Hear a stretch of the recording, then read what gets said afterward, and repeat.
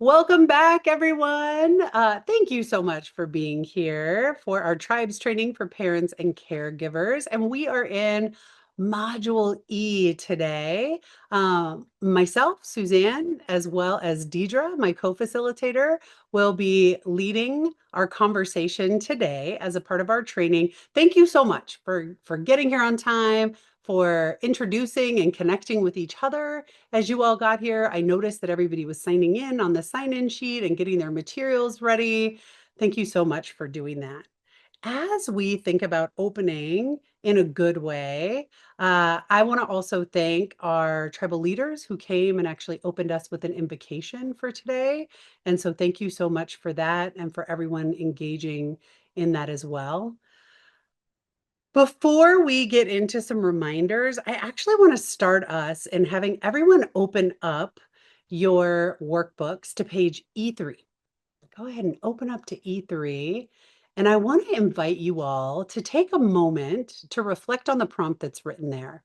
What is one thing your child has learned to do that makes you happy, excited, or proud? And I'm going to give you a couple minutes to work on that on your own. Once you're finished, go ahead and share either with an elbow partner or with your small group so that we can brag about our young people. All right. Welcome back. Welcome back. I loved seeing all the conversations that were taking place and everyone beaming with pride as they were sharing the answer to that prompt, something that our child has learned to do that makes us happy, excited, or proud. Can I get one person who would be willing to share with the larger group either something that made you happy, excited, or proud, or something that you talked about at your table group? Anybody willing? Veronica, please go ahead. I talked about how I was really proud of my son who is learning the Crow language for the first time, and he's actually picking up a lot of words and phrases, and he's even learned a song or two in the language. So I'm really proud of him for that. Oh, and everybody in the room was smiling and beaming with pride as well. Thank you so much for sharing that with the group. We are going to go ahead and get into our content. And before I do that, I just want to thank again our tribal community hosts and sponsors. As a reminder, I want to give directions to the restroom, our emergency exit, as well as instructions for shelter in place and evacuation should we need that, information about parking and restrictions, as well as inviting everyone to silence your devices if you haven't yet. As a reminder from our ground rules, we talked about having our devices silent and that if we need to step outside and make a call or send an email that we can do that, but not to do it in the training space itself. So go ahead and silence those. All right. You all might remember this image. We've actually seen it in previous modules, and it is also in your workbook. As a reminder, this image is based on the historical trauma and unresolved grief model by Dr. Maria Yellowhorse Braveheart and Dr. Josephine Chase. And we titled this Return to the Sacred Path. And so I just want us to have a quick moment where we can focus on where we've been in our trainings and talk about where we're heading. And so, thus far, in modules A through D, we focused on confronting historical trauma, embracing trauma history, and understanding the trauma. Starting today and moving through modules E through H, we will be focusing on releasing the pain and transcending the trauma. And so, in order to do that, I'm actually going to have us get into our workbooks on page E2, and I will be reviewing the learning goal and objectives for our session for today. And I'll be reading this aloud. You can follow along in your workbook. So, the goal of this module is to understand typical child development, cultural milestones, the basic needs of children, and learn what the tribe's parenting action plan is and how to use it to guide parenting responses. Following along with that, our learning objectives, as you can see listed there, are to identify typical child development and cultural milestones, understand the cognitive, physical, spiritual, and emotional needs of a child, and learn our parenting action plan and how to use it to guide parenting responses. We're going to be introducing that parenting action plan today, but we're going to continue to come back to it in future sessions. And so, in order for us to be able to navigate through our content, I want to take us back to just a few reminders here on the slide about our learning agreement, our parking lot, and our exit ticket. So in addition to the items that are on the slide for our learning agreement, I'd love to draw your attention to the wall where we have that chart paper from our first session, Module A, that we worked on that has all of our conversation around safe and brave spaces and what we added to our learning agreement in addition to what's on the slide. And before I move on, I just want to check in and see if folks are still feeling good about our learning agreement or if you'd like to add anything. So raise your hand if you'd like to add anything or give me a thumbs up if you're feeling as though it still is working for everyone. Great. I am seeing thumbs up. So I will continue moving us along. We've been able to thus far with our parking lot, which is right next to our learning agreement. We've been able to empty the parking lot each week as we come back to the end of each session. We've been able to close that out and answer any questions that have come up throughout the session. But I want to remind you on your tables that you have Post-its there and markers, and you can add things to the parking lot that you want to spend more time on, questions that you have, and Deidre and I will continue to try to get that parking lot empty by the end of each session or to bring any unresolved questions to our next session. Lastly, I want to draw your attention to the exit ticket that's on the slide. And also, we got feedback that it was really helpful to have the exit tickets at our tables. And so you'll notice that at the center of your table pods that you have those exit tickets there. So if during the session a question comes up that you don't want to forget that you want to put on the exit ticket or a comment that you want to put there, you can begin working on those exit tickets. And like with previous sessions, we'll return back to having those handed in at the end of each session. So in order to get us started with developmental milestones, I'm going to tag in Deidre. Great. Thank you, Suzanne. We're going to be talking about developmental milestones. So if I could get everyone to turn to page E3 in your participant workbook. In this module, we will learn briefly about typical child development and identify cultural milestones using our collective knowledge here. We will also explore how interruption can happen when stress and trauma are present for children. Finally, we will learn a parenting action plan and practice using it.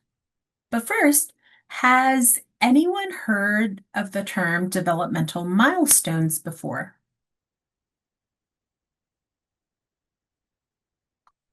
Okay, I'm seeing a mixed group of responses. So why don't we just start by defining what typical childhood develop or child development is. Typical child development is what you may have heard from someone like a healthcare professional. Child development is how our children change over time from when they were young from when they were born to when they're young to adulthood. You may have heard the word milestones being mentioned as part of a child's development conversation. Milestones are specific phases in a child's development. Therefore, developmental milestones are things most children can do by a certain age. And that definition comes from the Center for Disease Control and Prevention. An example might be typically by age 1, most babies are standing. All right. So, what do you think of when you hear the term cultural milestones? Would anyone like to take a guess at what the phrase might mean? Veronica. I'm guessing that it might mean that any type of transition that happens in a child's development that has to do with their cultural identity. Right. Great. That's a great answer. And everyone, feel free to follow along in your workbooks on page 3. Jot down notes as we're having these conversations. It's a really good way to reflect back on the conversations we're having today. So thank you for that, Veronica. That's a really great way to define what cultural milestones are. Like developmental milestones, there are also cultural milestones that are shared amongst a group of people or within individual families. For example, most teenagers in high school learn to drive a car, or in some cultures, there might be tribal specific coming of age ceremonies. I laughed a little bit because I have a teenager. Recognizing stages of development or milestones can assist caregivers in their parenting skills to better understand and respond to their children. I want to draw your attention to the corn stalk on the slide and think about the following.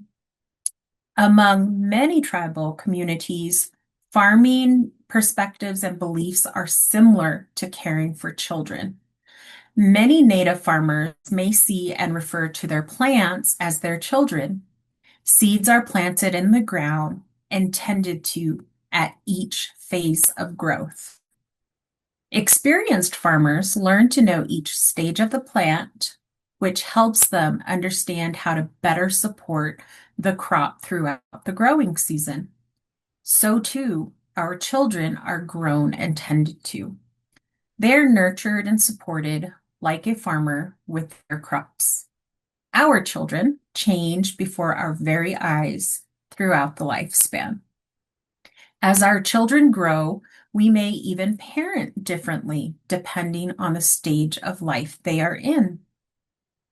Okay, so let's talk about growth areas. If you all turn to your workbooks on page E as in Echo 4, E4, to better understand child development milestones and cultural milestones, here are some examples of areas of growth you may already be familiar with or perhaps have seen in your own child or family.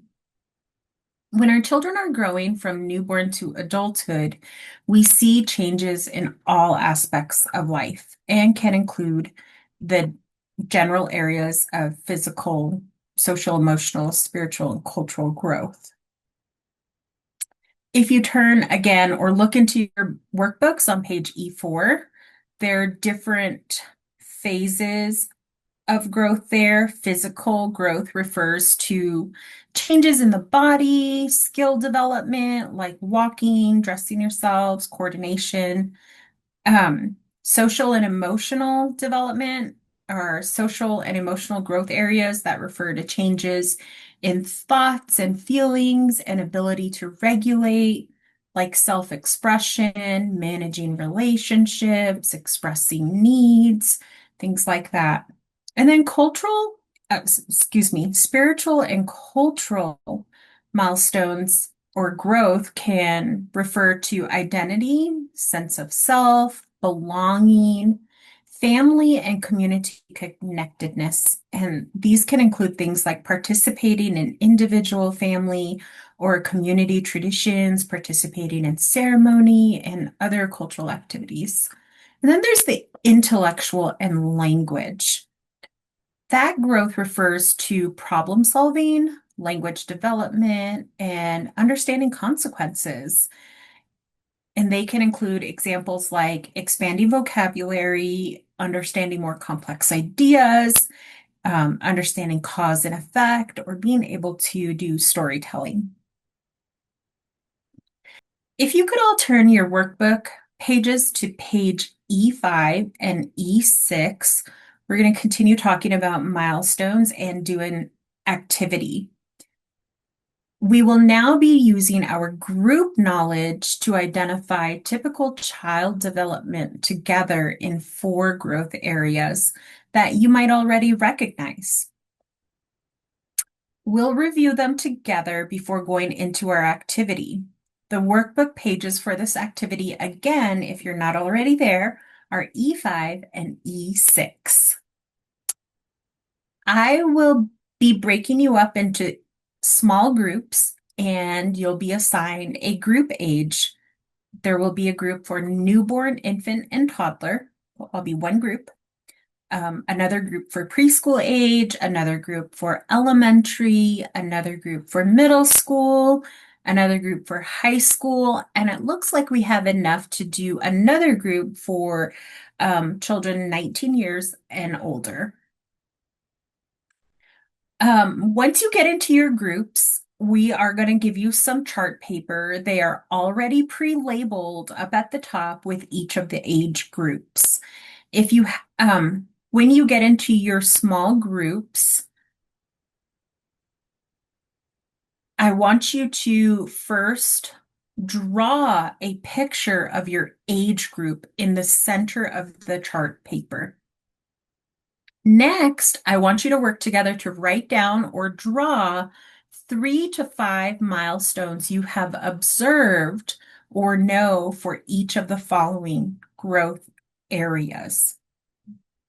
So I want you to think of physical growth, social emotional growth, spiritual cultural growth, and intellectual or language growth for that age group.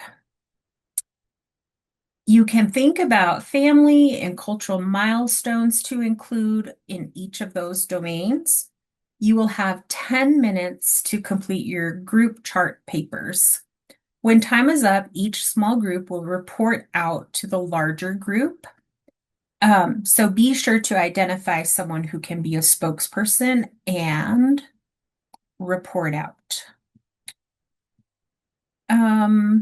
Before we begin, let me break you up into your groups. Now that everyone's in their groups, I just want to ask, are there any questions about the instructions or what you will be doing? All right, great. Can I get a thumbs up if everyone is on the page and knows what they're doing, knows what group they're in? Great. All right, so don't worry about keeping time. Suzanne and I will be here and we'll be reminding you how many minutes are going or remain, and we'll wrap it up. We'll give you a 1-minute warning. That 1-minute warning is to finish that thought or conversation you have, and we'll come back together as a group. All right, everybody. Let's come back to our larger group. If you notice, Suzanne and I went around the room and asked you to put up all of your chart papers in a specific order. We started with the baby, infant, and toddlers, and we went all the way down to 19 and over.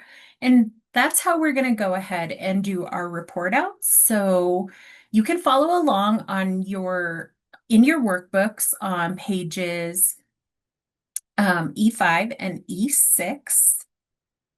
So I'll give you some time. And as you're listening to other groups report out, feel free to take notes.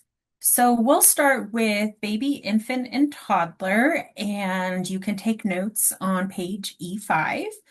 But infant, toddler, baby group, do you guys have someone that is going to report out? Oh, great, Veronica. Okay, for our group, our newborn infant toddler, we decided to draw a cradle board. And so that kind of symbolizes the stage of a child's life. And some of the common changes that we noted were physically, they're like rolling. They're learning to roll, they're learning to walk. So the caregiver in this time is like trying to keep the child from getting hurt. And maybe like if they learn to walk, some tribes will like be celebrating by doing some type of first walk ceremony. And then for social and emotional, we talked about how maybe during this time they are learning to laugh for the first time, um and they also might be experiencing like some big emotions, so like a lot of crying. And so the caregiver would just be like, you know, co-regulating by like showing them when they're happy, they're smiling along with the child, and like if they have big emotions, they're kind of remaining calm, um, Mm. so that the child feels safe with them. And then maybe like some tribes celebrate like a child's first laugh through like food and feeding others. And then for spiritual, cultural, there's a lot going on, like namely like they might be getting like their Indian name. So they might be having that at birth or sometimes early in this stage of life. And so then caregivers are just like helping them with whatever ceremonial preparations are Mm. needed for that to take place. And then for intellectual and language, we're, doing the first words. Might be something, they might even start to like speak in sentences and, kind of be pointing and actually identifying things that they see. And so caregivers are just kind of reassuring them and praising them, Mhm. for their words that they're learning. And yeah, and some tribes might actually be celebrating their first words as well. Yeah, thank you for sharing that. The first laugh really resonates with me and our community. We celebrate first laughs. So that was a wonderful example of that stage of life. It's such a fun age. So we'll move on to preschoolers and someone from the preschool group. Can we have a report out? Who's that? Teresa. Yes, in our group, we discussed a number of things and all of the changes that we're seeing our children experiencing at that time. And so preschool, it's really a time where we're starting to see some separation from the family unit in going to school. And so that can sometimes be a little, when we think about the role of the caregiver, it could be emotional for the caregiver as well. That first time we drop our child off to school, it can be emotional on both sides. So that's, what we talked about for the social and emotional stuff. We did draw a little person carrying a lunchbox to indicate that they are headed to school and to preschool. Some of the physical changes that we're seeing with preschool aged children is just growing. They're, just growing and, getting taller and taller and walking and running and things like that. For the spiritual and cultural, and it kind of almost flows into intellectual and language, is that their language is becoming more pronounced and really putting together full sentences. But as far as spiritual and cultural goes, we're also knowing that the young people are enunciating both native and English languages at this time and really practicing those languages. And so we see, again, a lot going on there.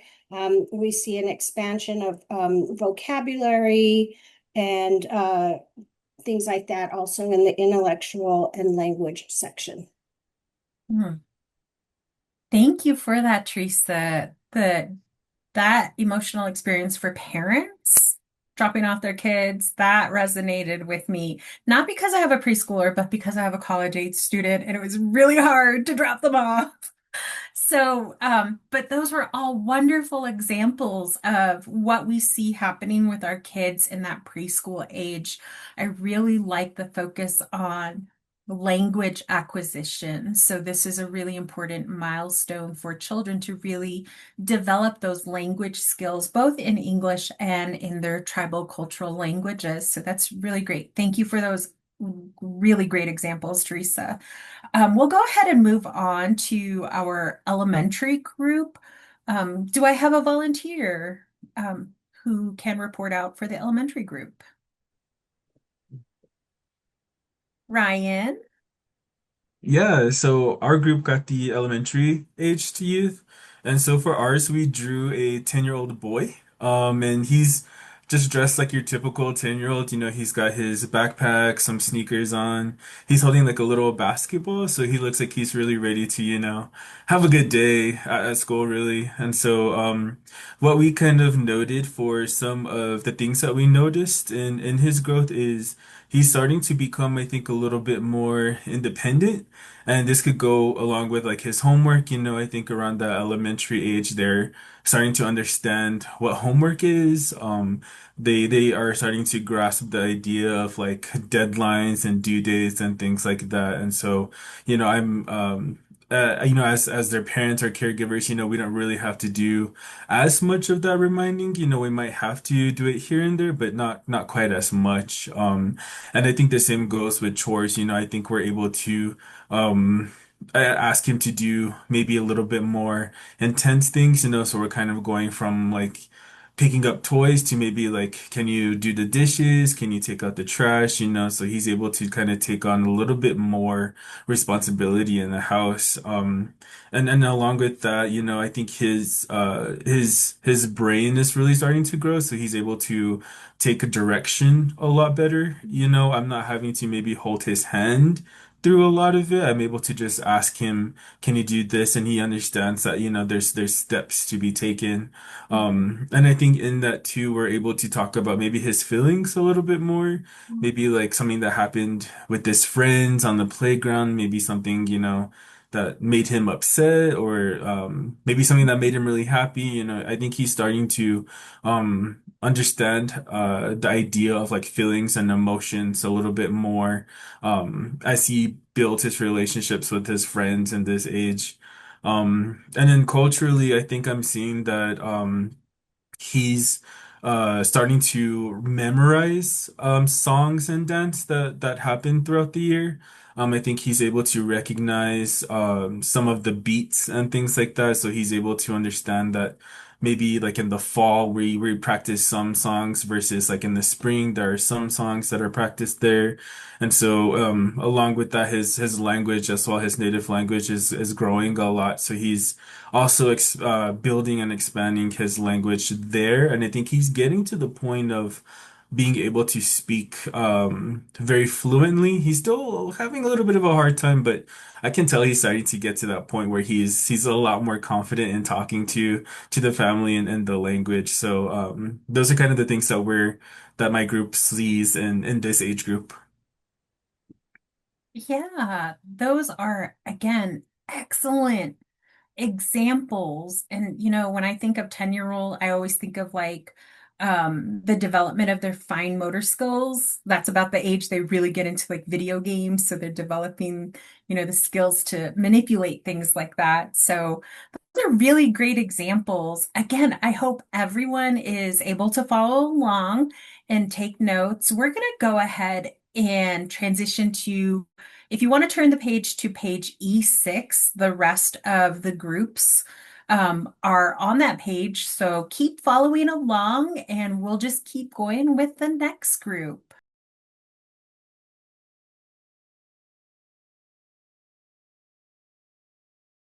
All right, great. Thank you so much, everyone, for all the wonderful discussions and all the wonderful illustrations and phrases and everything about all these different milestones. That was such a great discussion. I want to turn your attention to page E7 in your workbooks. In your workbooks, there's going to be some discussion prompts. They're also up here on the slide.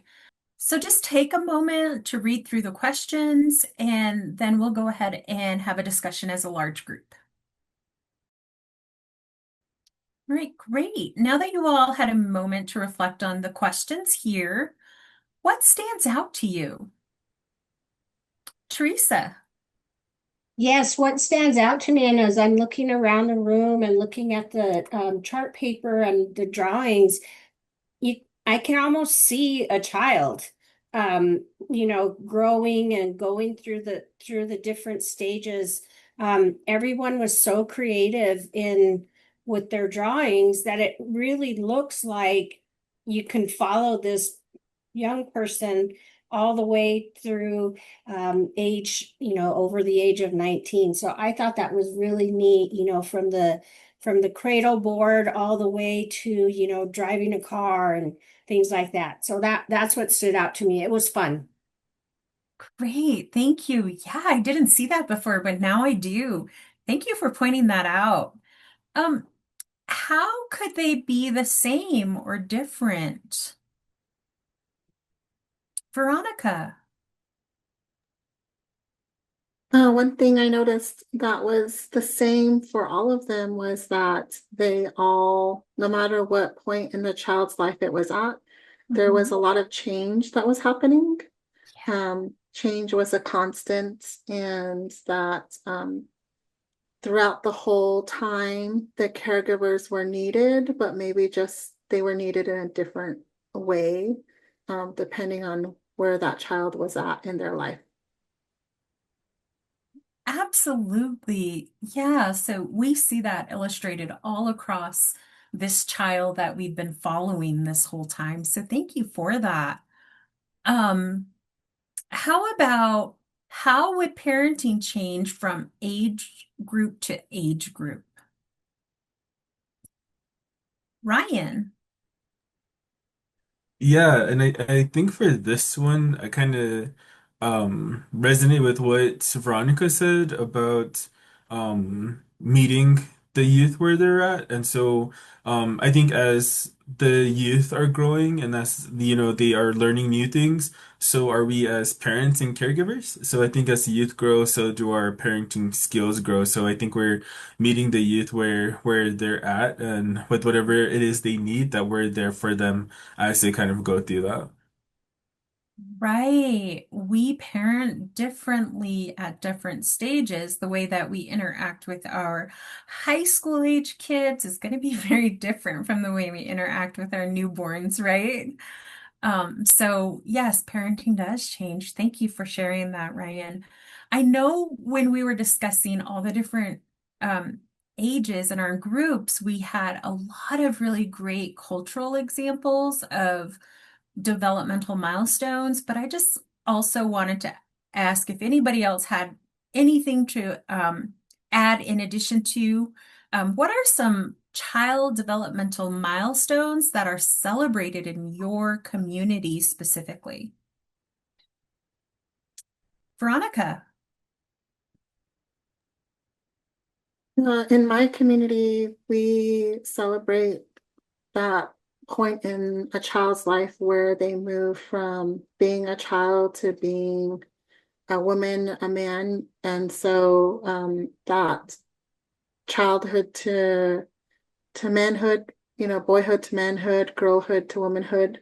And so for my community, we do a coming of age ceremony that we call the Kinalta. And that's a 4-day ceremony where we support that girl as they move into womanhood and help them understand what that means and what it means to be leaving that part of their life where they saw themselves and other people saw them as a child, as a girl, and now they're moving into taking up their responsibility or their role in their community that is meant for being a woman and being an adult. Yeah. What a beautiful example. And I see a lot of head nodding in agreement, like, yeah, that's in my community too.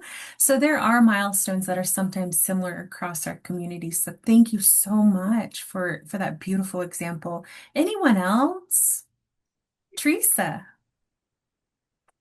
One of the things that I think is celebrated across communities is, getting when the young person maybe gets a driver's license or their first job, things like that. They're celebrated because then that's an opportunity for the young person to also contribute to their own family, to contribute to the community, maybe with their new driver's license, they can take grandma and grandpa to a doctor's appointment or something like that. And then with the first job, again, maybe contributing to the well-being of the family unit. Absolutely. You just made me think of when I came of age to get my first job. My mom wanted to frame my first check, and I was like, but I want to cash it. So that was a long before direct deposits. But thank you all for those wonderful examples, everybody. This was such a great experience hearing everybody's discussion, looking at all the poster papers, and just hearing all the examples. I think there's a lot of examples of strength and resilience and just beautiful milestones across the lifespan. So we are going to go ahead and move into our break. Please take this time to lean into self-care, take care of yourselves, and do what you need. And in 15 minutes, we will all come back to finish up the rest of the module. Welcome back from break, everyone. It was so nice connecting with everyone during the break. Deidre and I are having such a great time having conversations during our break with you all. We are going to get back into our content now. You all can turn to page E8 of your workbook. And in this next section, we will take some time to understand what basic needs are and what it means to meet your child's needs. As we discuss these concepts, again, feel free to write down notes on E8 and continue to follow along in your workbooks. So here is our first question. And so I want to ask the group, what are examples? Let's brainstorm examples of what human needs are. Would anyone like to provide an example of what a basic human need is or an example of a basic human need?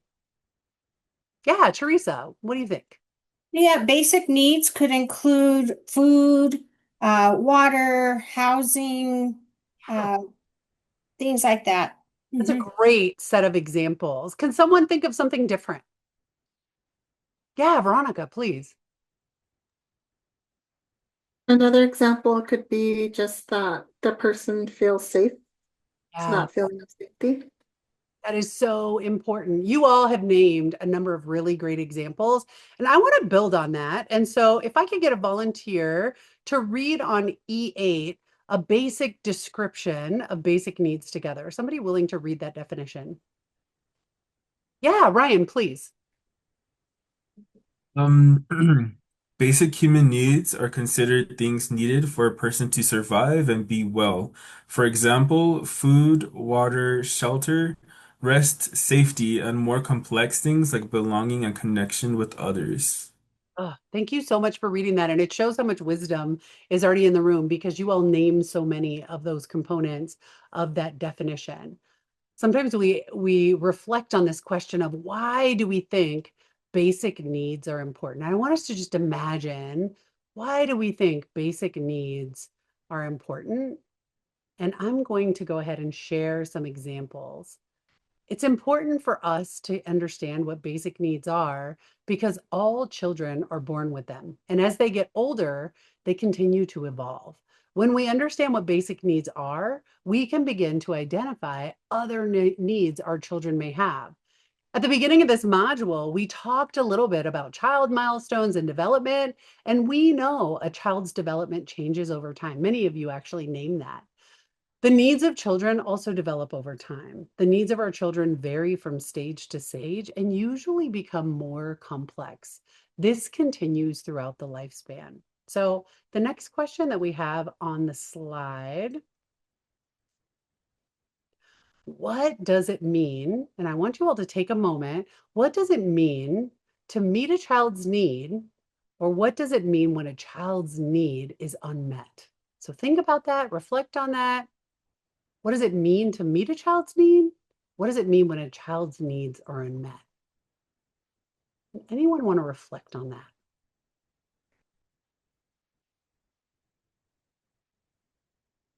Yeah, Veronica, what are your thoughts about that? It makes me think that when a child's needs are met, that they're able to move on to the next, um, stage of their development. So, they have what they need to be able to move on. And then when their needs are not met, it makes me think that in some ways maybe it kind of stunts their ability to grow to the next stage of their development. They may struggle with certain tasks or certain skills in that next stage because they weren't able to get what they needed in the previous stage. Thank you so much. Really beautiful examples. And I want to call out one thing that you said is there might be some struggling that we're noticing if their basic needs aren't being met. I want us to hang on to that because we're going to continue in this conversation of what we might notice and how we can respond to the needs of our child. Really fantastic example. I saw not a lot of nodding in the room. When we become parents or caregivers, we begin a journey to try and understand what our children's needs are and learn how to respond to them. This is what's called meeting a child's needs. Understanding and trying to satisfy our child's needs can be challenging at times. For example, if our baby cries or our teenager becomes upset and we don't know why right away, this can become really stressful as an experience as a parent. Learning how to respond to our children's needs at any age and stage is a skill that is learned over time. And it's okay if parents find it hard to do sometimes. Sometimes children and adults find it hard to communicate what we need to feel okay again. I'll also add that having two children, what one child needed at a certain stage looked different for my second child. And so it might bring up some anxiousness when we're not sure how to respond. It's also important to understand the needs of our children can often affect how our children behave. And this is what Veronica was mentioning before, that it might show up when their needs aren't being met or when they are. When we begin to recognize that a child's needs are not being met, we learn how to better support our children during times of stress. For example, when we recognize when our children become tired or cranky, and we understand rest is a human need to be well, we learn over time that it's a signal to help our child get ready for bed, take a nap, or find a quiet place to relax. Meeting a child's needs can feel both challenging and rewarding. So I just am wondering, would anyone like to share another example of a basic need their child has at their stage of child development? Yeah, Teresa, please. Yes, it could also mean something as simple as taking a warm bath or maybe getting a cup of warm milk or something like that just to calm down, um, just to calm. I love that example because what might work for one child may not work for another. So, getting ready for bed and that bed routine might be really effective, but another child might need a certain blanket or a warm bath might be a part of the routine or even a cup of milk. Really great examples. Continue to reflect about those basic needs of your children. We're going to actually move into our next slide and then an activity. So, we've talked a little bit about what meeting a child's needs could mean. Let's develop our understanding a little further together. Another way to think about meeting a child's needs is how we can fill our child's basket. Let's imagine that every child holds a basket waiting to be filled by their parents. When this basket is filled enough, children have enough to live a safe, healthy, and happy life. Children will use the things we place in our child's basket until they need more of something. For example, if our children are scared or worried, we can think of placing comfort and reassurance in their basket, and that will help them to feel safe, which is also a basic need. Here's another way to think of meeting a child's needs. This image was actually created by Terry Cross, a Native American scholar and child welfare expert. He wanted to show how human needs are also connected and related to each other and how they can change depending on our situation and experience, and how these changes can happen all at once. In other words, different types of needs are interconnected. So let's review examples of Terry Cross's model together. So we're actually going to begin, and I'm going to pull these up. And so for physical, what you're going to notice on the slide is food, water, housing, something that we've talked about already. Emotional, you'll notice the feeling of belonging and relationships. Spiritual, you'll notice spirituality or sense of life purpose. And under cognitive or thinking, the sense of self, identity, learning, and understanding. So using this, I'm actually going to be putting you into small groups again, and you will be assigned one quadrant, one area of the cross model, and brainstorm examples that you are familiar with within your community that would meet a child's needs. For example, what does it mean to meet a child's needs physically? If we were trying to fill our child's basket up physically, what does it look like with the family and or community? And then you would come up with examples if that's the area that you're being assigned. You will have 10 minutes in your small group to come up with as many examples that you can think of, and you can take notes on page E8 of your workbook. Again, myself and Deidre will be circling around in case any questions come up, and we'll also be giving timing cues like when you're halfway there, when you've got 1 minute left, and so that way you'll know when it's time to finish. When time is up, we'll be asking for each group to identify a spokesperson and to report out with some of the examples that you came up with for your quadrant, and we can take notes from each group. If you have any questions, raise your hand. Give me a thumbs up, though, if you're ready to begin. Great. I'm seeing all thumbs up. Let's begin. All right. Great job working in your small groups. I'm going to ask you to go ahead and stop.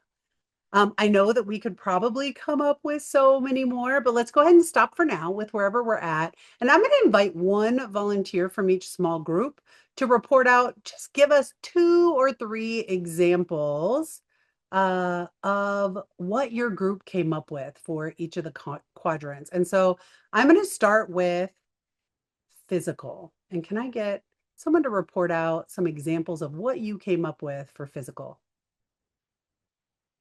Yeah, Veronica, what'd y'all come up with?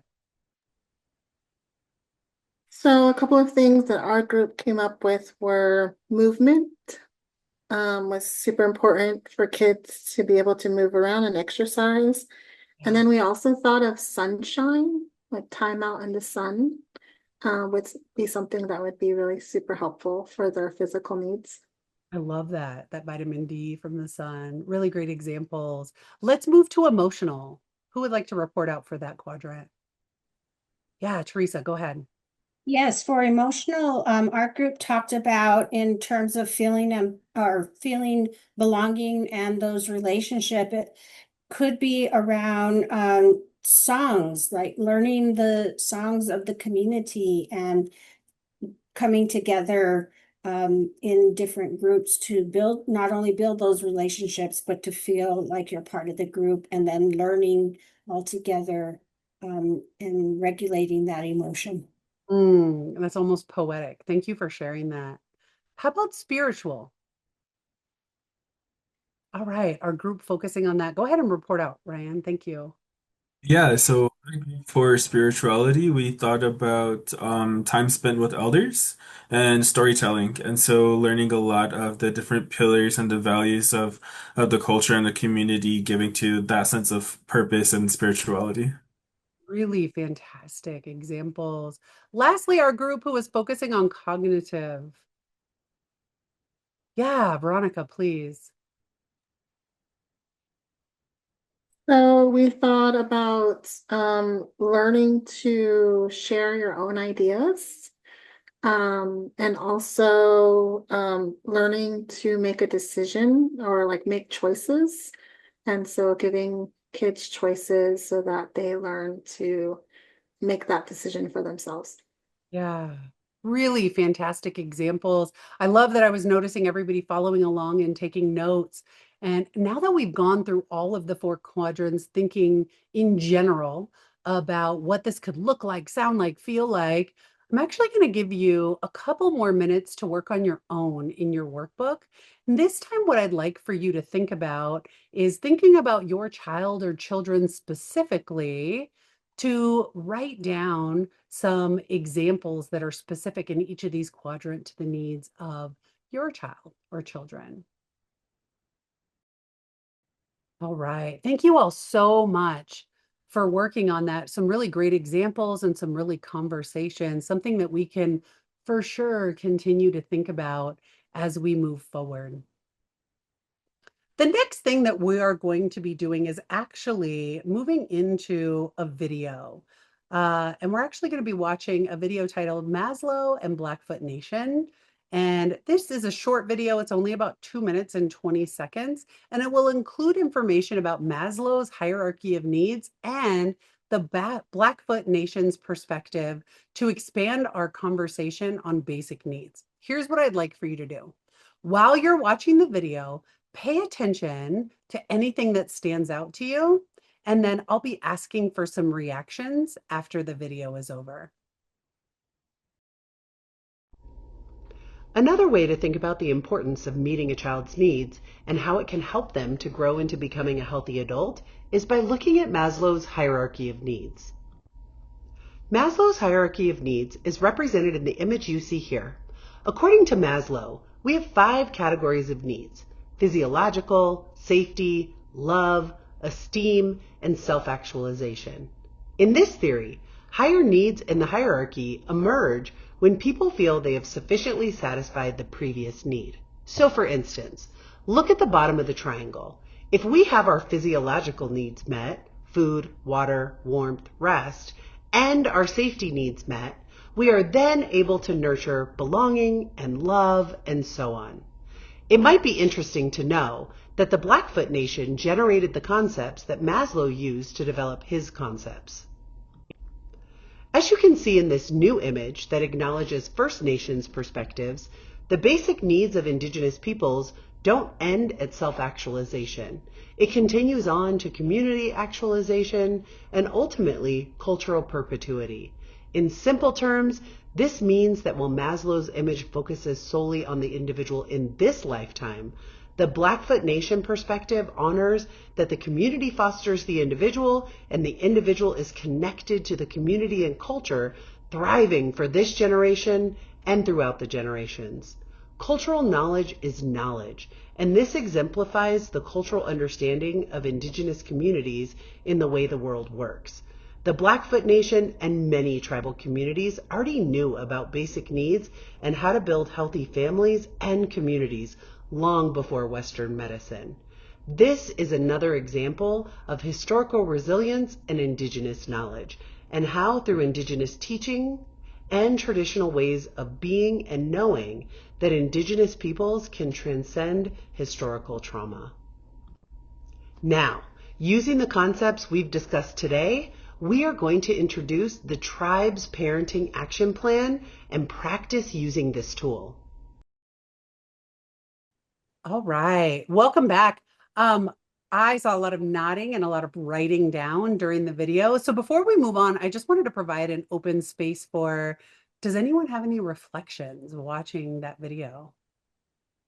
Yeah, Teresa, start us off. Yes, what stood out for me was where the pyramid points sort of stopped.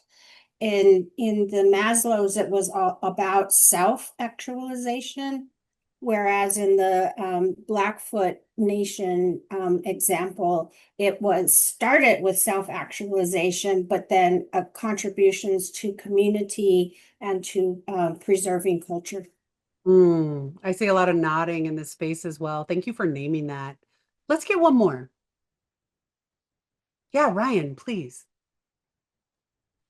So in watching that, one of the things I was thinking about was the different ways you could look at the pyramid. So what I was thinking was if you were to look at it from the top down, that it might not be like a four-sided pyramid, right? But it might be like a cone, so that you would be able to see those circles or those rings of support that we might see for ourselves. And so again, kind of touching on Teresa's point of community being at your center and then yourself and kind of, just seeing how those waves of support kind of go out from the center.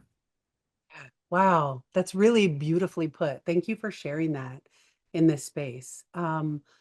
We're going to take everything now that we've talked about so far in this module, and we're going to keep this in our mind while we move into the first time hearing about and learning about our parenting action plan. And in order to do that, I am going to tag back in Deidre. Thank you, Suzanne, and thank you everyone for sharing all of your insights. We're going to go along to our parenting action plan now. So if everyone can turn their workbooks to page E9. We're going to be introduced to the parenting action plan. Just feel free to follow along. Parenting action plans can be used in many different settings and circumstances that involve parenting or caregiving. Here, we will be using a parenting action plan to help us think about ways we can be more supportive and responsive to our children, using the knowledge and skills we have gained together so far. Our parenting action plan is flexible to the differing ages of children, the environment, resources, and challenging parenting situations that may occur. Parenting action plans are not a one-size-fits-all, and the way that we use them may look different depending on the challenges we face. The thing I like about it is that it reinforces that there's no right way to parent, and that we could always use skills. So if we take a look at continuing further, I want to go ahead and review each of the tribe's parenting action plan steps. So in this first step, step 1 is revisit. It is thinking of a challenging moment in parenting that you would like to start making changes to.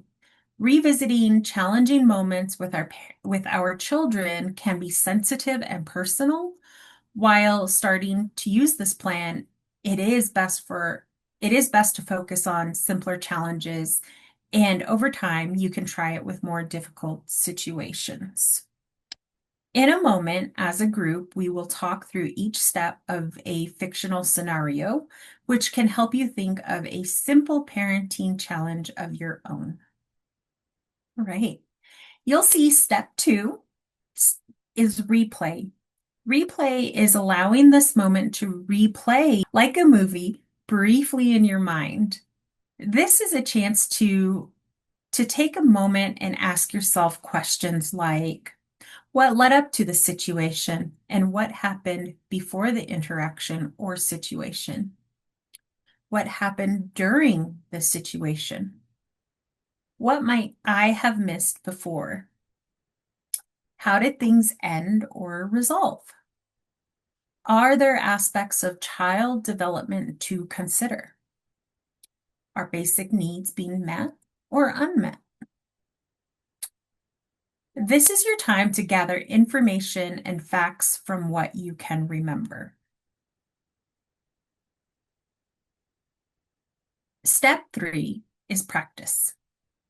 Practice is just that. Make time to practice on your own and or with someone else so that the next time that this same parenting challenge comes up, we will find and feel that we are more prepared to navigate it. This is a time to imagine a different way of doing things that we want to try on. Keep in mind that a small change can make a big difference. So keep changes realistic, attainable, and not too overwhelming. Step 4, reflect. Reflect takes place after you've had a chance to try on the change you envisioned. This is a chance to take a moment to ask yourself questions like, how did the change impact the new situation? Is there anything you would have done differently? Is there anything you would keep the same? Does something need to change again? How can you remind yourself to have compassion if things don't go as planned? Is there additional support needed for you or your children in the meantime? Sometimes in the reflect stage of our action plan, it is common to want to try something different than what we imagined could work during the practice stage of our action plan. It is important to practice self-compassion and recognize that it's okay to go through with the action plan process multiple times before identifying what works for our parenting and what for our children. The action plan is cyclical, just like parenting. We can keep trying as many times as it takes. To begin to think about our parenting action plan, we are going to use a scenario to help us talk through each step. I'm going to read the scenario out loud. You all can follow along in your workbook on page E9. All right. Can I just get a thumbs up to see that everybody's on the right page? Great. Thank you so much. Lindsay has a 7-year-old son, Tyler, who for the 3rd day in a row refuses to wear the new t-shirts his mom bought him for school. When Tyler gets ready for school, he finds an older t-shirt in his drawer and puts that on instead. When Tyler enters the kitchen to eat breakfast, Lindsay notices that he's not wearing the new t-shirt and becomes frustrated. She asks Tyler to change his t-shirt to the new ones she bought for him, but he refuses. Lindsay starts to raise her voice and demands he change his t-shirt before they leave for school, or she will not let him play his video games that evening. This makes Tyler cry and protest that he doesn't want to change his t-shirt. Lindsay raises her voice even more and says, "Change your shirt now." Tyler goes to his room and then returns to the kitchen, sad and still crying. Tyler is still sad getting into the car, and Lindsay now starts to feel bad herself. Now, let's talk through each step of the plan. To do that, I am going to tag back in Suzanne to take us through. Thank you so much, Deidre. And so in order for us to begin this, you'll notice that you can follow along with each step of the action plan on pages E10 through E13 of your workbooks. Remember, we said that we were going to start with a scenario so we can practice using the action plan first before we start using it for ourselves. So here we go. As a reminder, revisit is thinking of a challenging moment in parenting that you would like to start making changes to. For now, we're going to use this fictitious scenario that we just read in order for us to revisit the parenting challenge. All right. So moving into our next step, the next step of our action plan is replay. Remember, replay is allowing this moment to replay like a movie briefly in our mind and ask ourselves, what made parenting challenging in the fictitious scenario? What led up to the situation? What could have happened before the interaction or situation? What happened during the situation that made it challenging? What might have happened that Lindsay missed before? How did things end or resolve in the scenario? What was left unresolved? And might there be aspects of child development to consider? Basic needs being met or unmet? So I'm going to give you all a moment to reflect on those questions, and then we are going to come together and move through them and see what kind of answers that you have based on this fictional scenario. All right, welcome back. We've had enough time to be reflecting about some of these questions, and I'm wondering if anyone can share, given the questions, what were you thinking about? Yeah, Teresa, I saw your hand go up right away. What were you thinking about? Yeah, well, what led up to this situation was Lindsay and Tyler they're getting ready to go to school, and Tyler didn't want to put on his new t-shirts or t-shirt, and he maybe wasn't able to, in this point in his development at 7, maybe wasn't able to express why he didn't want to wear a new shirt. Yeah, that's really great. There might be scratchy material, or maybe it's certain color that you need to wear at school that day, and he wasn't able to explain what was going on. And so let's take a look at, and thank you so much, Teresa, for that next set of questions. Is there anything that Lindsay might have missed? Anything like, how did it end? How was it left unresolved? Other aspects to consider? Anyone else have some reflections to share about these questions? Yeah, please, Veronica. Well, during the situation that made it challenging was maybe for Tyler that his mom just kept telling him to change.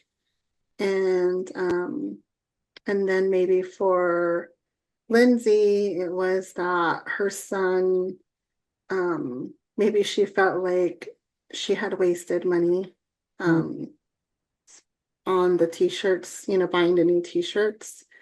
And so it seemed like she was just even more frustrated. And so, of course, there was yelling that happened. It just kind of escalated the situation. Yeah, I love the answers that all of you have given around. It could be that we're holding on to something that maybe Tyler doesn't understand as a parent, like the money that was spent, the investment, how much was responding to a need that I thought you had. And then that sort of unresolved understanding what's going on with Tyler, and maybe that child development, as Teresa brought up, or maybe an unmet need that's there. Really great job reflecting about the situation, letting it play in our mind like a movie, considering some of these questions to help us to think about what might have been missed. And so I'm going to take us into the next step of our parenting action plan, which is practicing. And so as a reminder, practice is making time to practice on our own in a calm brain or with someone else, so that the next time the same situation or a similar parenting challenge comes up, we feel more prepared to navigate it. So again, this is a time to imagine a different way of doing things that we can try on. And Deidre mentioned this before, but the change doesn't have to be huge. It can be a small change that may lead to a big difference. So let's keep them realistic, attainable, not too overwhelming. And what I'd like for you to take a moment and reflect on is what could be one small, realistic change that Lindsay could make if the same interaction were to happen again tomorrow morning. So take a moment and reflect. And if someone has an idea, raise your hand when you're ready. Yeah, Ryan. For this scenario, one thing I could relate with is getting my kid out the door in the morning, because I feel like getting your kid, showered, dressed, fed, and ready for the school day, there's a lot of pressure, and I think it's like a really stressful time in the mornings, making sure they get to like the bus or, whatever the situation may be. And so I think one thing that Lindsay could probably do is maybe hold off on asking about the shirt, or trying to figure out why he didn't want to wear the shirts that he got. And so maybe at the end of the day, when there's less stress, or there's not so much pressure on doing anything, that maybe she would have a clear mind or more calm energy that might be more inviting to Tyler that could probably create just space for him to talk about maybe why he didn't want to wear his new shirts. Mm. I really love that. That is a part of practicing. Thank you for that. You're also uh, making sure that the environment for how that conversation continues is safe and supportive. And I'm hearing another R that's coming up in my mind is repairing. That, making sure that before we focus only on the shirt, how can we make sure that we're seeking that understanding from Tyler to really understand what's going on in a place where that can happen. So I love that as an idea. And as a part of reflecting, we're actually going to move into this next step. And I'm actually going to read another part of a scenario for us to reflect on so that we can move into those reflection questions. And so um, here's our update. After the last scene, Lindsay decided to confide in a family member. The family member really helped her talk through the situation and consider that there might be more going on than just the shirt. The next morning, Tyler wore the shirt without being asked, but looked really uncomfortable. Lindsay asked Tyler if there was anything about the shirt that made him not want to wear it. He didn't have an answer, but wanted to keep the shirt on. He seemed withdrawn, but not upset when he was dropped off at school. So, keeping that in mind, given this new information to the scenario, this is a time for us to reflect, which takes place after we've had a chance to try on the change that we envisioned. This is a chance to take a moment to ask ourselves questions like, how did the change impact the new situation? Is there anything we would have done differently? Is there anything you would like to keep the same? Does something need to change again? How can we remind ourselves to have self-compassion if things don't go as planned? Is there any additional support needed for you or your children or child in the meantime? So, reflecting on this new information in the scenario, Lindsay didn't get upset about the shirt or celebrate too much about him wearing it, rather, was curious about why it made him uncomfortable. So, let's think about some additional questions. What do you think about the change in her perspective? Are there other questions she could ask herself? All right. Giving you all just a moment to reflect on that. And so I'll ask the question again and then just see if I have anybody who'd be willing to share. What do you think about the change in Lindsay's perspective? And are there other questions she could ask herself? Any thoughts about that? Yeah, Veronica. What I was thinking was that when Lindsay took more of a curious stance towards the situation, that she was not taking it personally, and that she actually didn't celebrate the fact that, Tyler chose to wear the shirt and instead um, was more interested in how Tyler was feeling and maybe why he decided to wear the shirt today. Yeah. That curiosity instead of assumption can get us really far about additional questions that we might ask as well. And so for Lindsay, other questions she could prepare herself with are other questions from curiosity, to your point, Veronica, understanding how it made him feel to wear the shirt, why he was feeling the way he was, maybe even asking questions about how it made him feel to be at school that day after that interaction and really seeking to be curious about his experience. Thank you for that. Um, I actually want to move into our next question. And that is, what messages of self-compassion could Lindsay offer herself? So I want you all to reflect, what messages of self-compassion could Lindsay offer to herself?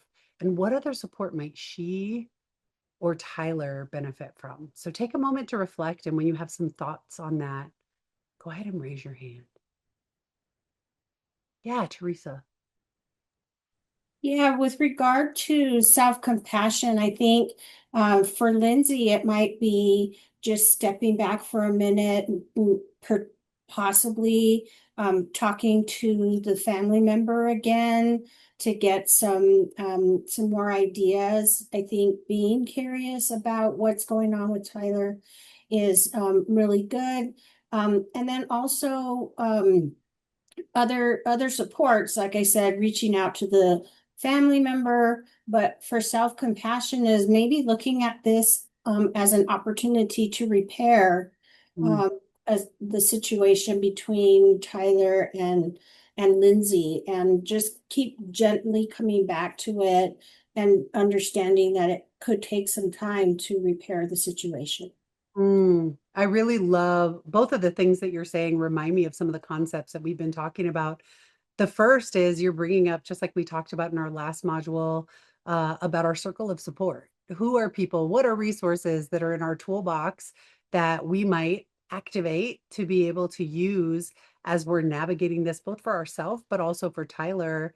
And I'm also hearing you say that as a part of curiosity and repair, this adage comes up for me that we're really focusing on the connection and not just the correction of the situation. And I think both of you, Veronica and Teresa, you both really talked about that connection being so important with our child and not just the correction itself. What I love about our parenting action plan is it gets us to slow down so that we're not just having automated responses. And a lot of times what parents reflect on as a part of taking this class is that instead of doing the same things that we've always done, that this parenting action plan helps us take a breath, takes a beat, and think through how we can parent differently.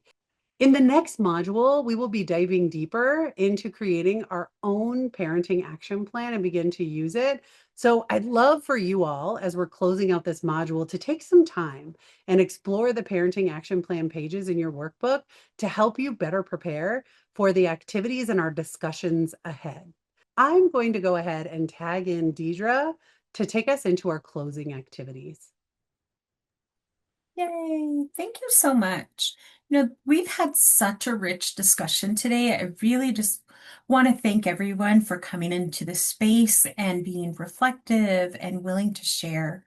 I think even just sharing is a sign of bravery. So thank you so much for being brave and showing up today. We're going to do one final activity before reviewing homework and closing.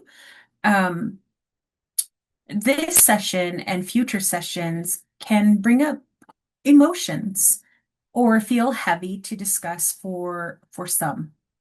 In order to take care of yourself, we will be identifying resources and activity for self-care at the end of each session. If you open your workbooks to page E14, you'll see there that there are prompts. If I need support, a person I can reach out to talk to. Another prompt is an activity I can do for self-care. And finally, a resource I can use if I need support or help. I'd like you to take a minute and write down answers to each of those in your workbook.